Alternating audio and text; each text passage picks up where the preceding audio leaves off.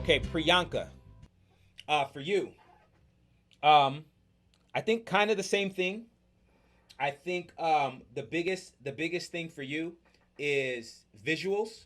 Make sure that what you have is visually appealing, right? Whether you use a Gantt chart, whether you use a roadmap, and if you use a roadmap, let me see. Let me see if I can. I need to get my.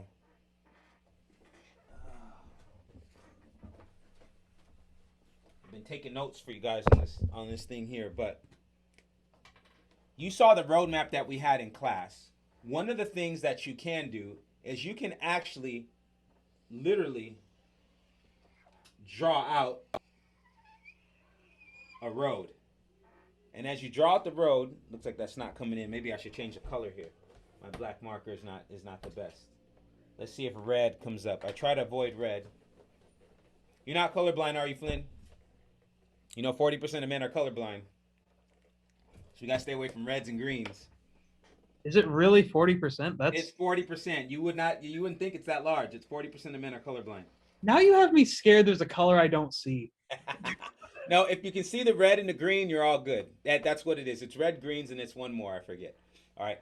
Literally, you would draw out a roadmap, and then you can have specific points where there's certain things that happen within your clinical trials, and then from there, you would have like some little arrow there. You would have like some little arrow here, maybe some little arrow there, and you would have these bullet points.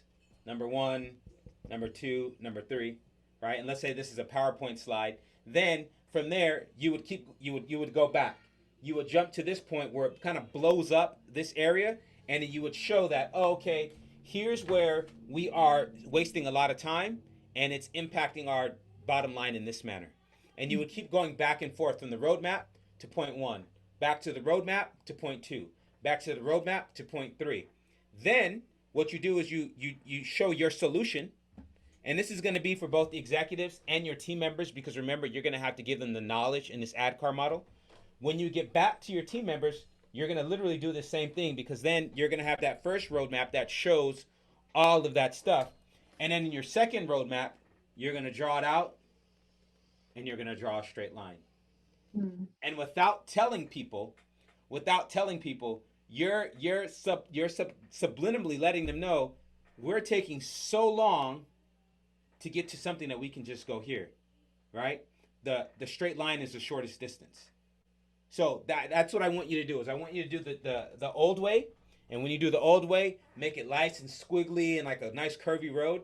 And then when you do your new way, make it a straight road.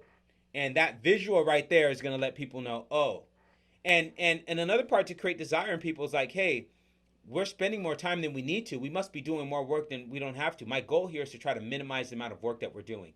So don't make sure that you always communicate that. It's not that I want to save time and I just want to manage projects faster. It's I want to make your jobs easier. I want to save you from doing more work. And by the way, if the company does better and we make more money, that should mean better bonuses for us. That's the carrot. Okay? Does that make sense? It does. Yeah, that was brilliant. Thank you. All right. Thank you. Okay.